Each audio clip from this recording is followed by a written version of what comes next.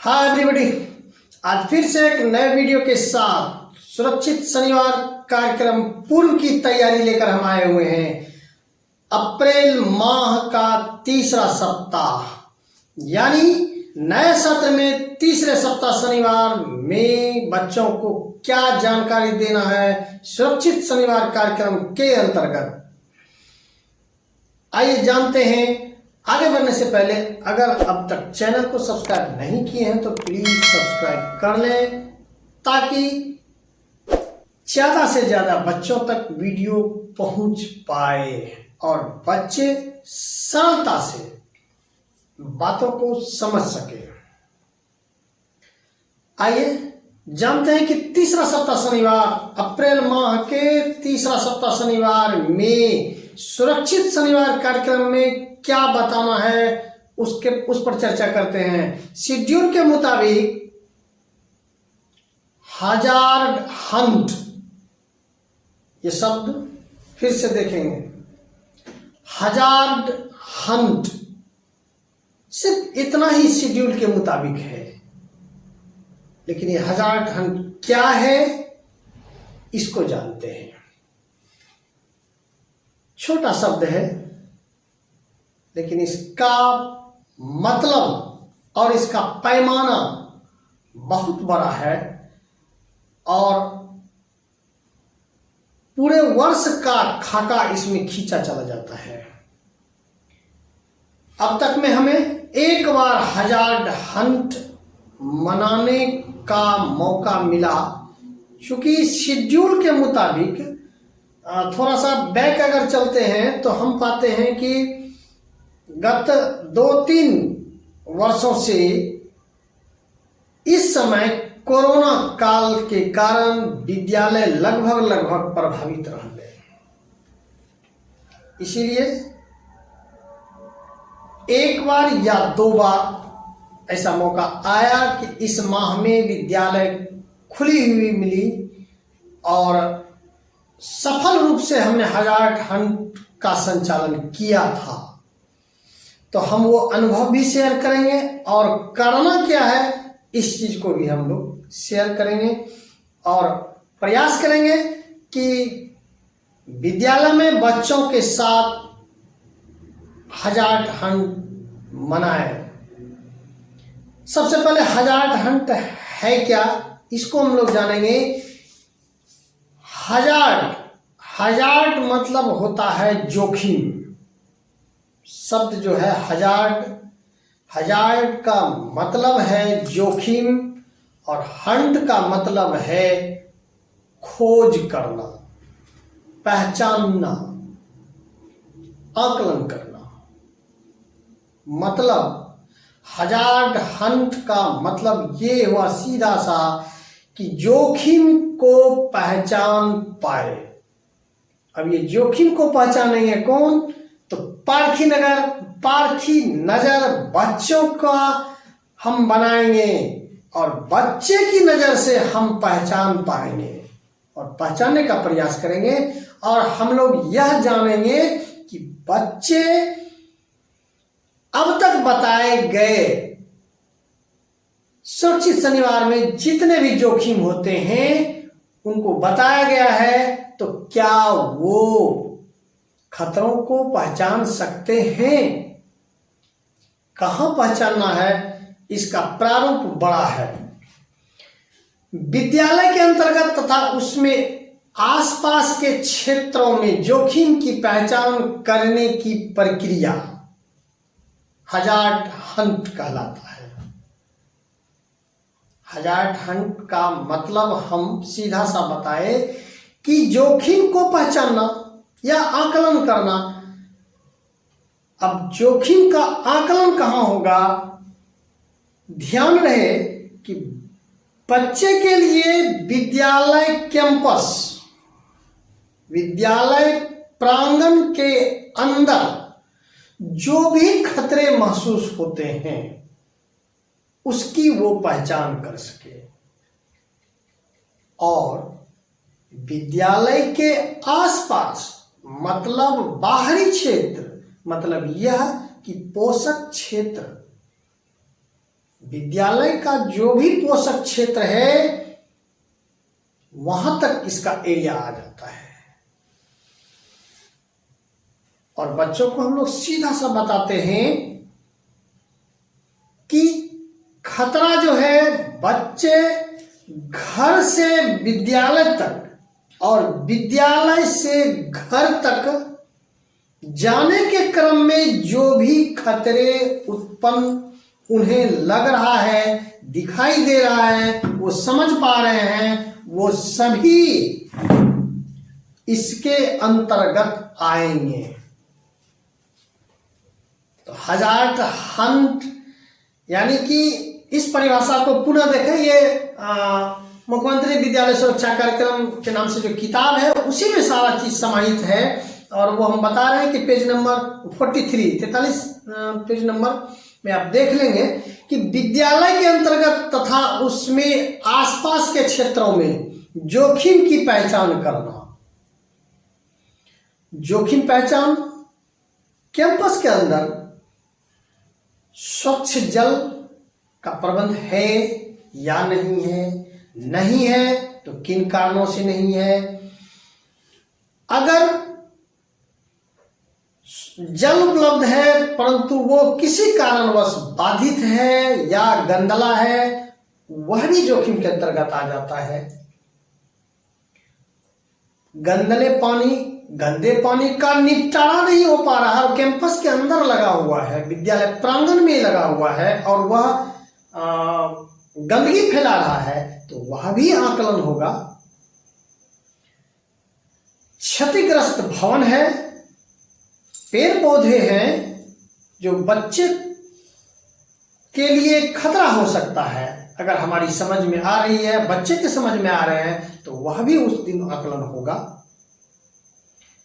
बच्चे घर से आते हैं, घर को जाते हैं विद्यालय से, मतलब सड़क पर आप सिंपल सा बात कह सकते हैं कि गाय भैंस मवेशी जो ग्रामीण एरिया में जो बांधा जाता है वह भी एक समस्या है, उसका भी आकलन बच्चे करेंगे कि विद्यालय आने के क्रम में जिस सड़क से गुजर के आ रहा है दोनों तरफ से मवेशी बैठा हुआ है, बच्चे आएंगे कैसे? आ भी रहे हैं, ड्रेस में आ रहे हैं और मवेशी का पूंछ जोरदार लग गया, पूरा गंदगी फैल गई शरीर में। बच्चे हैं वो शिकायत नहीं कर पाएंगे, और जिनके बच्चे हैं और जिनके मवेशी हैं एक दूसरे को शिकायत नहीं कर सकते हैं। ये हम लोग भली भांति से अवगत हैं, अगर शिकायत होती भी है तो उसका परिणाम क्या होगा। तो आज इसी के तहत हम विद्यालय परिवार को मौका मिला है कि हम इन जोखिमों को पहचानेंगे। दूसरा, सड़क के किनारे छोटा सा गड्ढा हो गया और ट्यूबवेल का पानी उसमें आ रहा है, बच्चे फिसल के गिर सकते हैं। बिजली का तार, पोल अव्यवस्थित हो चुका है, उस पर कोई ध्यान नहीं दे रहा है, तो हमारा फर्ज बनता है, हम आकलन करेंगे, उसे सूचीबद्ध करेंगे। हाँ, अब करना क्या है इस पर आते हैं। बच्चे को इस सारे खतरे को कैसे आकलन करना, इस पर हम लोग थोड़ा चर्चा कर लेंगे बच्चों के साथ पहले, और एक टोली बनाएंगे, 4, 5, 6, ज़्यादा से ज़्यादा 10 बच्चे का एक टोली, और बच्चा ज़्यादा है तो 2 टोली 3 टोली, यानी कि 4-5 टीम अलग अलग बना लें। आप कम बच्चे हैं तो 5-5 की टीम बना लें, और उस टीम को यह निर्देश दिया जाए कि आप खतरे को आकलन करें। यह आकलन का समय लगभग 1 घंटे का जो पीरियड है, वो घंटी होता है वो 45 मिनट का है, और अभी तो मॉर्निंग टाइम है तो आधा घंटा का है, लेकिन ये हो नहीं सकेगा, तो इसके लिए थोड़ा सा 1 घंटा 1.5 घंटा का समय रखें, और विद्यालय प्रांगण में उस टीम को भ्रमण करने दें खुद से।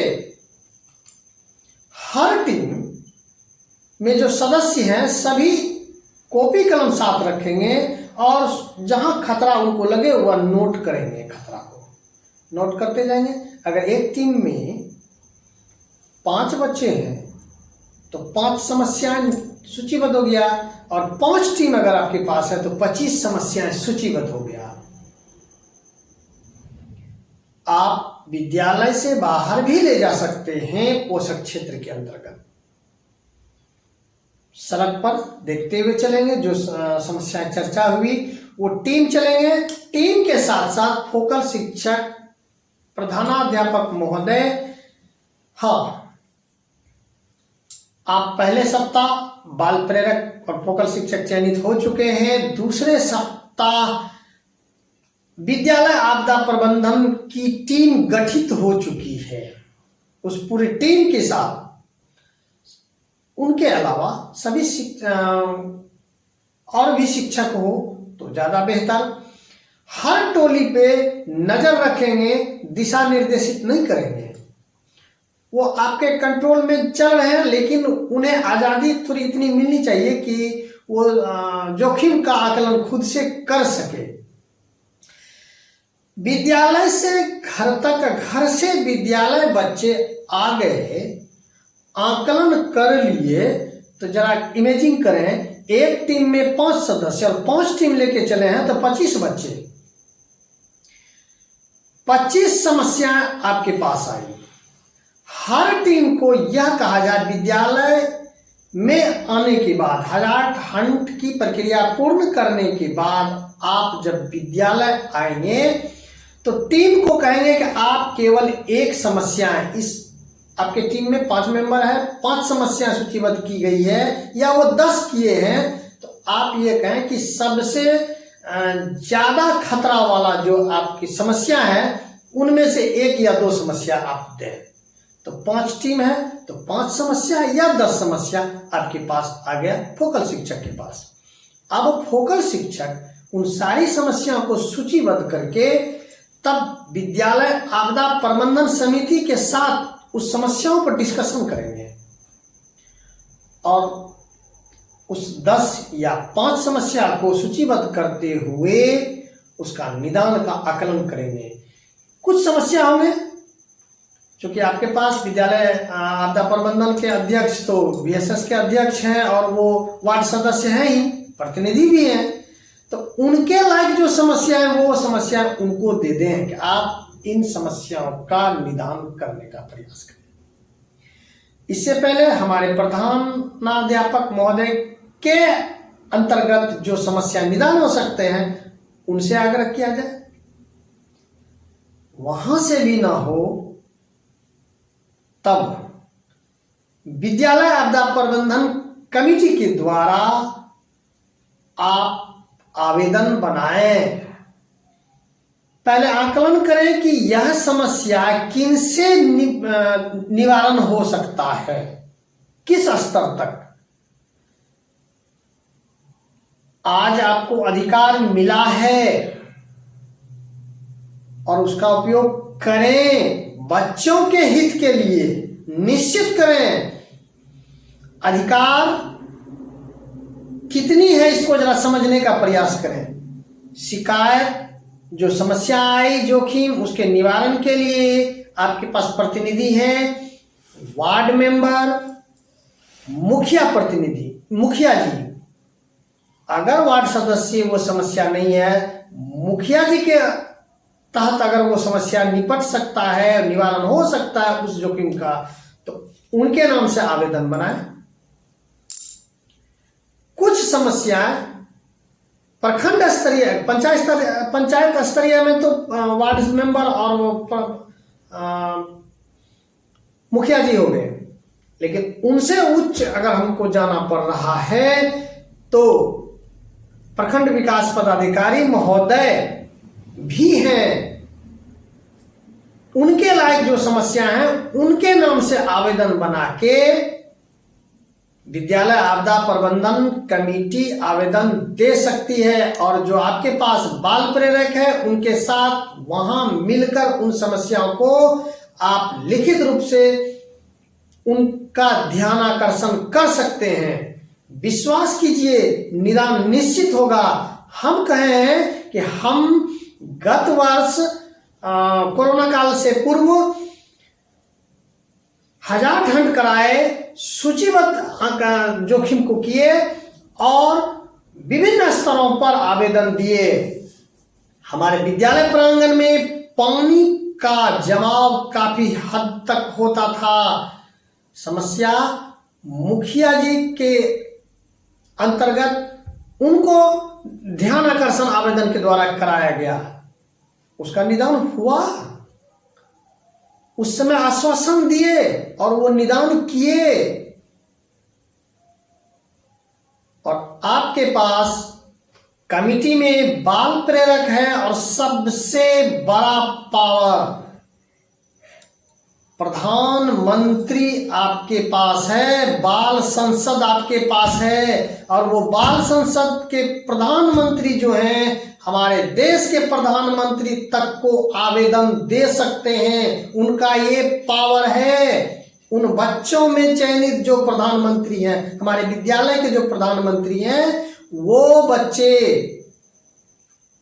हमारे देश के प्रधानमंत्री तक को आवेदन देकर जोखिम का निदान की वो ध्यान आकर्षण करा सकते हैं। और विश्वास कीजिए निदान निश्चित होगा, लेकिन समस्या उतनी बड़ी नहीं होगी, उसके नीचे स्तर में ही समस्या का निदान निश्चित होगा। आवेदन बनाएंगे तो 1000 खंड आप बच्चों को समझा लेंगे कि उसे आकलन करना। राह चलते पोषक क्षेत्र में हम बच्चों को निर्देशित ज़्यादा नहीं करेंगे, बच्चे स्वतंत्र रहेंगे और खुद से करेंगे। हम लोग केवल मॉनिटरिंग करेंगे, उनके साथ रहकर मॉनिटरिंग करेंगे। और जब वापस आएंगे तो समस्याओं का आकलन करेंगे और समस्या का आकलन के निदान के हेतु उपयुक्त जो भी पदाधिकारी होंगे, प्रतिनिधि होंगे, उन्हें आवेदन निश्चित अगले सप्ताह, इस सप्ताह अगर समय नहीं है चूंकि मॉर्निंग क्लास है, देरी हो जाएगी, तो अगले सप्ताह हम अगले सुरक्षित शनिवार में उन पदाधिकारीगण के महोदय के पास जाकर आवेदन निश्चित देंगे और रिसीविंग ले लेंगे। ये 1000 खंड के अंतर्गत विद्यालय परिवार का यह दायित्व बनता है कि बच्चों को खतरों से बचाया जाए। इसके लिए हमें उचित पदाधिकारी के पास आवेदन देना पड़ेगा, जरूरी है तो हम निश्चित देंगे। कुछ इसके हैं, आप जब सूचीबद्ध करेंगे तो समस्या का सूचीबद्ध कर लेंगे तो उसमें कई आएंगे कि पेयजल एवं परिसर स्वच्छता संबंधी जोखिम होगा, या स्वास्थ्य एवं व्यक्तिगत स्वच्छता संबंधी जोखिम, जीवन रक्षा कौशल के अभाव में संबंधित जोखिम ये है, या भवन संबंधित है, या पेड़ पौधे संबंधित है, या मध्याह्न भोजन कैंपस के अंदर है वो। अब उसको क्रम करेंगे, यानी विद्यालय आपदा प्रबंधन योजना बनाने का तरीका जो बनाएंगे तो मुद्दों को चिन्हित कर लेंगे और आज की स्थिति क्या है वो देखेंगे। समाधान का विकल्प आप भी ढूंढेंगे कि इसका समाधान क्या होगा और योजना का क्रियान्वयन कैसे होगा, किनकी जिम्मेदारी होगी समस्या को निदान करने की, और उसका समय अवधि क्या होगा, आकलन खर्च क्या आएगा।